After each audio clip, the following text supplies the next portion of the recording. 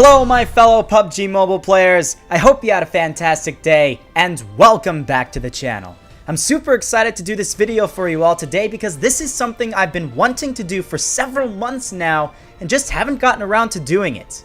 If you are a player who isn't satisfied with the amount of kills you are getting, or you are someone who is continually puzzled at how the pros are getting consistent games up over 20 kills and even beyond, this is the video for you. We are going to be going in detail, explaining everything you need to know regarding how to get more kills in PUBG Mobile while still coming out on top and getting that chicken dinner. Before we begin, I would like to give a massive shout out to my friend Extreme Respawn for providing epic gameplay for the video. Here's what I'm doing right now.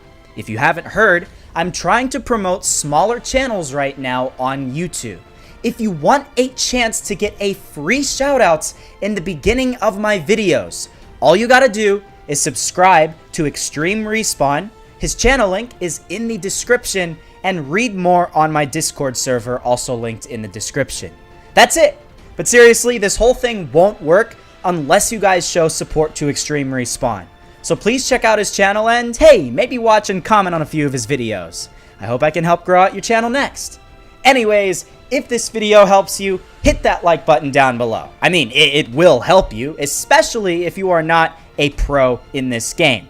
Subscribe for more PUBG Mobile content, and let's get into this. First off, I want to instill a mindset into your brain that you should forever hold with you whenever you open up PUBG Mobile and decide to play a few matches. There are 3 words you must remember. Action equals experience. Here's the thing, PUBG Mobile is a battle royale game, okay? These games are highly competitive, much more so than a casual mobile first-person shooter or a multiplayer arcade game. There are some very, very talented PUBG Mobile players out there. If you're watching this video, you know who you are, and there's one reason as to why they got to where they are today. They hunted people down. They were hungry for kills. They wanted the most amount of action possible in any game they jumped into. That's just what you need to do. A PUBG Mobile player will not become good at the game if he or she lands in the farthest possible spot away from the flight path. You will not encounter many enemies at all if you do this. The only ones you will encounter would be bots, and you'll increase in experience ridiculously slow. A beginning player may be tempted to do this, but you can't. Right from the very beginning, you can't have the mindset that you're playing for the win, okay? You shouldn't. When you're first starting out, you need to play with the intention of getting better at the game. And what will make you better at the game? Landing in spots like school, military base, and casino on Miramar. The first major tip regarding how to get more kills in this game is kinda like a double-edged blade. It'll also get you better at the game in general. As I've said in many videos before, you need to land at popular places. Here are the most popular landing spots on the most consistent basis in both maps: School, Military Base, Pachinki, Novo, Hacienda del Patron, Casino, and Los Leones. Obviously, you should look at your flight path. You can make a judgment call based off of that. If the first major place you fly over is Milta Power, well, you might want to land there instead. You cannot land at small remote shacks and houses that are miles away from any major location. Yeah, you will probably have a more consistent chance of getting into late game, but will you get a lot of kills? Of course not. You need to be one of the first to land if you're going to a populated area. If you see someone heading for the same spot you're going towards, and it's obvious they'll land first, adjust your landing spot so you're close, but you won't instantly die when you land. Once you get on the ground, it's game time.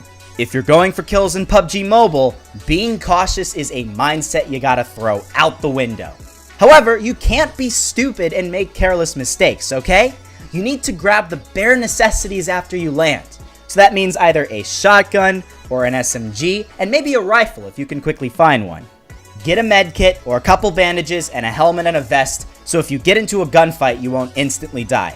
You don't want to take a ton of time trying to find hundreds of bullets, grenades, attachments, and other stuff, because at the start of the game, those things aren't as important. You won't have super heavily geared enemies to go up against. Well, maybe you have a level 2 police vest and a shotgun, for example, not a completely decked out M416. The trick to getting a lot of kills in early game is to kill the people that are still looting up. Not everyone will be super aggressive and fast in the looting up process. They'll take their time and do as I said earlier, find attachments and stuff like that. If you can get a gun and be on the hunt before these people are ready to do the same, you'll have a huge advantage over the enemies. You'll be on attack mode and they'll still be on defense mode. At this point, always check your minimap. If you landed at a popular area, there's likely to be gunshots all over the place, so head towards the shots or footsteps as fast as you can. Like I said earlier though, don't be stupid. If, for example, you have high ground on a roof and you can see an enemy down on ground level, you may not want to abandon that higher position because someone else could get up there and kill both of you. Height is obviously always an advantage in PUBG Mobile. If you're playing super aggressive, and you're in close quarters areas like the hospital, for example, you should keep your SMGs and rifles on full auto. You're close enough to where recoil won't be an issue, and you'll need auto on to take down people very fast. After you kill someone, look and see if you really need anything. If you didn't take any damage and you still have several clips of ammo left, you may not even need to loot the enemy you killed, so why bother? Why take time away from killing other potential enemies looting a player with gear you don't need? This is why after you kill someone, sometimes you shouldn't even bother looting and just immediately be on the hunt to kill the next person. Also, be smart with how you're tackling battles. You want to do everything in your power to end them fast. If someone is trying to have a peeking battle with you in a hallway and you just can't seem to finish them off, after a minute or so of failure, you may seriously just want to give up on that person to instead pursue someone else. Abandoning one hard-earned kill might be better if you are likely to get 2 fast, easy kills afterwards. Always remember to keep the defensive frame of mind though. If you're not careful, you could get shot in the back, so watch out. Eventually, you'll take control of the area you first landed, and at this point, you can't just sit there and say, hey, I'm gonna relax now. Here's the thing, there will still probably be around 60 to 70 players left in mid-game, and that's a ton of people you can still kill. You need to find them and gun them down. Now, mid-game is the time where the least amount of action will happen. In order to maximize the amount of kills you can get during this time, you really need to find a vehicle, preferably a UAZ or a dune buggy. Having a vehicle is so crucial during this time because it allows you to travel massive distances in a very short period of time. Listen and always check the minimap. Drive around and see if anyone shoots at you. If they do, find a safe spot to get out and take the enemy out. You're basically luring players out of their hiding spots with a vehicle, and it'll give you a surprisingly high number of kills. Obviously, it is quite risky as someone who has exceptional aim can just shoot you out of the car, but again, high risk equals high reward. And honestly, it's so much better to have a vehicle in mid-game anyways. I think most people can agree. If you hear a gunfight going on, evaluate the situation. You might want to wait it out and then kill the winner of the fight because they'll already be wounded from the previous enemy. Or you could even play more aggressive and try to kill both people at the same time. Obviously, this is super risky because in order to see both enemies, you'll likely have to be in a bad spot. So don't do this without a car. I'd recommend the first way because you'll survive far more often that way. In mid-game, avoid cities because most players won't be there.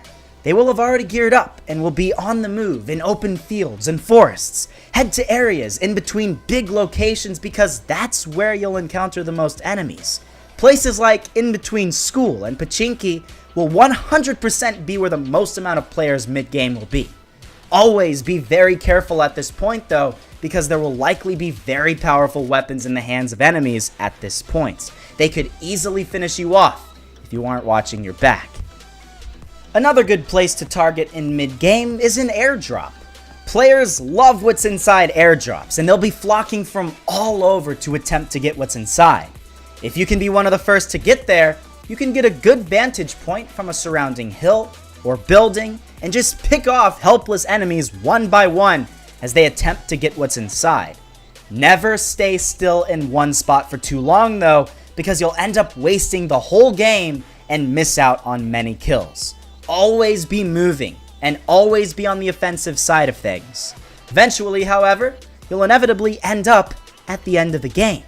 This is where kills will be more drawn out, but they'll be more frequent. You need to be extra careful here because this is where the best players are.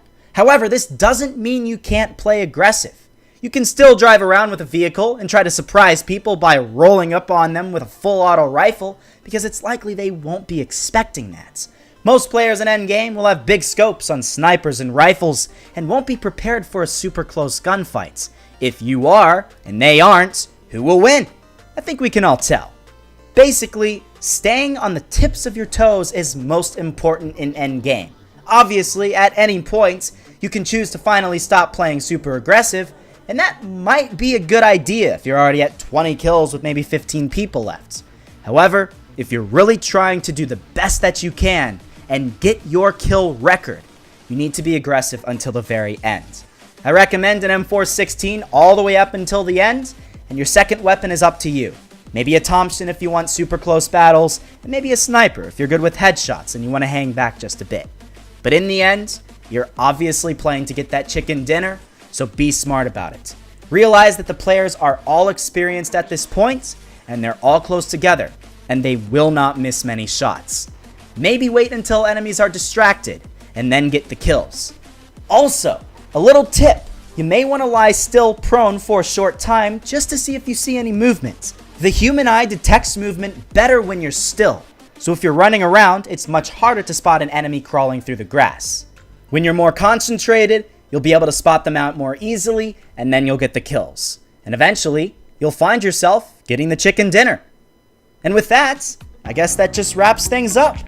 Guys, I hope you found this video helpful. I hope you learned something new today, as that was the main goal of this video. If you did, and you thought this video was well made, please leave a like down below. I'd really appreciate it. Subscribe for more PUBG Mobile content, and check out the playlist I'll link down below in the description. If you ever had lag issues in the game, wanted to know what the best loot spots are, or anything else, I have tons of different videos on this game to suit your needs. Check them out. But yeah, that's it. Thank you all for watching until the end, and I will see you all in the next one.